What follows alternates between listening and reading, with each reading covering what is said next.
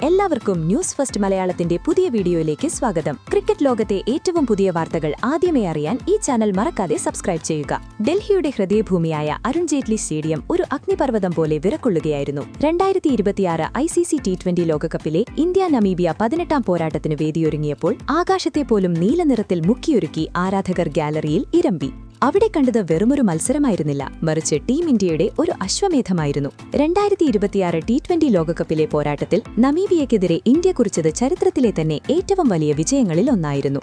Toss നേടി ഇന്ത്യയെ ബാറ്റിംഗിനയച്ച Namibian captain Gerhard Erasmus ഒരിക്കലും കരുതിയിട്ടുണ്ടാവില്ല താൻ തുറന്നുവിട്ടത് ഒരു വലിയ കൊടുങ്കാറ്റിനെയാണെന്ന്. ഡൽഹിയിൽ റൺമഴയും വിക്കറ്റ് വേട്ടയും കൊണ്ട് ആറാടിയിരുന്ന ഇന്ത്യൻ ടീമിന് അതൊരു രാജകീയ വിജയം തന്നെയായിരുന്നു.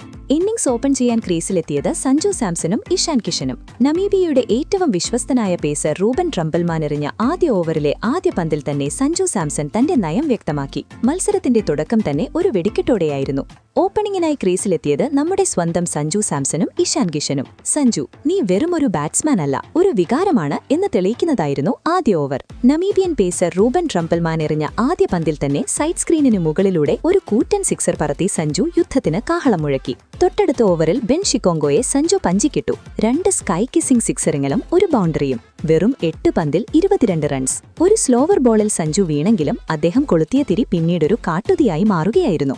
ആ തീ പടർത്തിയത് സാക്ഷാൽ ഇഷാൻ കിഷൻ. സഞ്ജു പോയെങ്കിലും ക്രീസിലുണ്ടായിരുന്നത് ഇഷാൻ കിഷൻ എന്ന കൊടുങ്കാറ്റായിരുന്നു. തിലക് വർമ്മയ്ക്കൊപ്പം ചേർന്ന് ജെ സ്മിത്തിനെതിരെ ബാറ്റ് വീശിയ ഇഷാൻ പവർ പ്ലേയുടെ അവസാന ഓവറിൽ സ്മിത്തിനെ അക്ഷരാർത്ഥത്തിൽ കശാപ്പ് ചെയ്തു. തുടർച്ചയായി 4 കൂറ്റൻ സിക്സറുകളും ഒരു ബൗണ്ടറിയും. വെറും 24 പന്തിൽ 61 റൺസ്. 6 ഫോറും 5 സിക്സറും അടങ്ങിയ ആ ഇന്നിംഗ്സ് കണ്ടാൽ ആരും പറയും ഇന്നത്തെ ദിവസം ഇഷാൻ കിഷൻ ഏതോ അമാനുഷിക ശക്തിയുടെ ലഹരിയിലായിരുന്നുവെന്ന്. ഇന്ത്യ പവർ പ്ലേയിൽ തന്നെ 80 കടന്നു. ഇഷാൻ പുറത്തായ ശേഷം വന്ന ക്യാപ്റ്റൻ സൂര്യകുമാർ യാദവ് എറാസ്മസിനെതിരെ തന്റെ സിഗ്നേച്ചർ ലാപ്പ് സ്വീപ്പറിലൂടെ സിക്സർ പറത്തിയെങ്കിലും 11ാം ഓവറിൽ ബെർണാഡ് ഷോൾട്ടിന്റെ കെണിയിൽ വീണ് സ്റ്റംപ് ഔട്ടായി മടങ്ങി. മറുവശത്ത് 25 റൺസുമായി പൊരുതിയ തിലക് വർമ്മയും വീണതോടെ ഇന്ത്യ 124-ന് 4 എന്ന നിലയിലായി. എന്നാൽ പിന്നീടായിരുന്നു യഥാർത്ഥ വെടിക്കെട്ട്. ക്രീസിലൊന്നിച്ച ഹാർദിക് പാണ്ഡ്യയും ശിവം ദുബെയും നമീബിയൻ ബൌളർമാരെ നിലംപരിശാക്കി. 15ാം ഓവറിൽ ശിവം ദുബെ 107 മീറ്റർ ദൂരത്തേക്ക് പന്ത് അടിച്ചു പറത്തിയപ്പോൾ ഹാർദിക് പാണ്ഡ്യ മറുപടിയായി 109 മീറ്റർ സിക്സർ പറത്തി ഗാലറിയെ ഞെട്ടിച്ചു.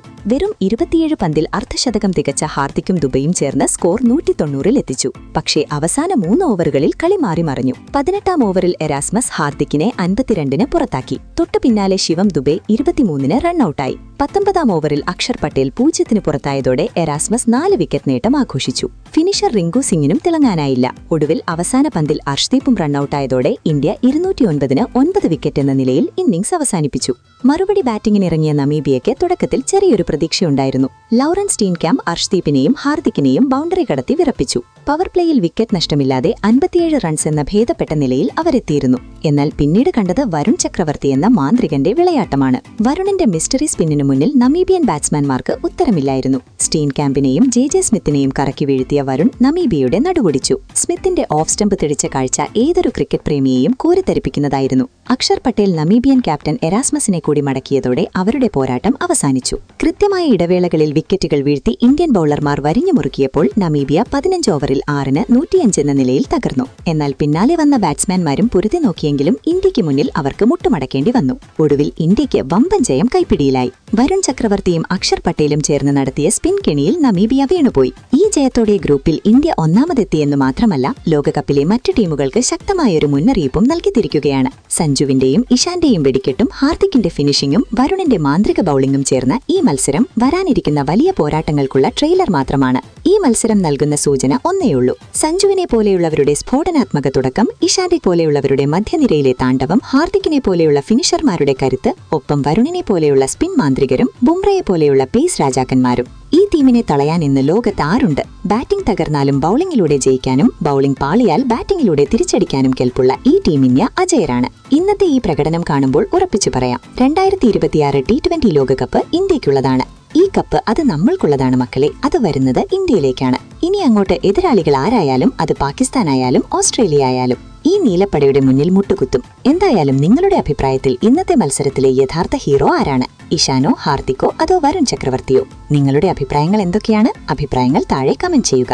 അപ്പോൾ ഇതുപോലത്തെ കൂടുതൽ ക്രിക്കറ്റ് വാർത്തകൾക്കായി ഈ ചാനൽ മറക്കാതെ സബ്സ്ക്രൈബ് ചെയ്യുക.